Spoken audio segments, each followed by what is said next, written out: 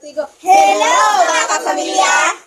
So, maghisgot ta karon no sa mga bawal, mga pipila ka bawal diri sa Facebook basta content creator ka na. Either nagsugod ka pa lang or magplano ka nga mag-content creator. So, number 1, Bawal ang onion skin. bawal ang onion skin. So, diri sa Facebook, no, dili pwede gyud nga kanang kuan kanang sensitive kay kas nga tanan kay dili tanan magkagusto diri nimo sa Facebook. So, nagi na mang bash, di ba? Nagi na mang bash. So, dili ka mang ma-discourage dayon or maunsa man luo dayon nga dili na ka mag-post kay very sensitive kay ka. So, dili na pwede diri ha sa content creator ka. Number 2, Bawal magtinapulan. ang saya? Bawal magtinapulan.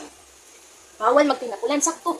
Ari sa pag kung content creator ka bawal gina magtinapulan ka no. So, dili kay ug kanus lang ka gusto mag-post ka dapat consistent ang imong pag-post aron sa ingon nga mas mailhan ka ni algorithm, makakita sa imo ang imong daghay makakita sa imong mga views, ug dakong chance nga ma-introduce ka nga to sa kanang larger audience. Sunod, unsay ikatulo?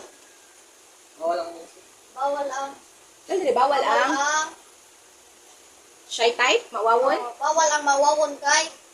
kayon sa kanday. Katarang po sana, magsikag kinatawa. Correct. Bawal ang mawawon diri sa Facebook pinabagaay nignaw. Ang importante wala kay gitamakan nga tao, wala kay gisabod nga mga tao. Ang imuhang mga content kanang imong original. So dili pwede mag-uwo kay ang atong purpose diri is maka gain ta og viewers, maka-earn ta puhon ug matastagan ta ni algo. Ug mapansin sa tani meta. So bawal nang uwo diri sa Facebook no. Do ang tanan naka-experience ana pero sa karon pa lang kung gusto gid ka nga mailhan ka wag tangan ang uwo nimo diha.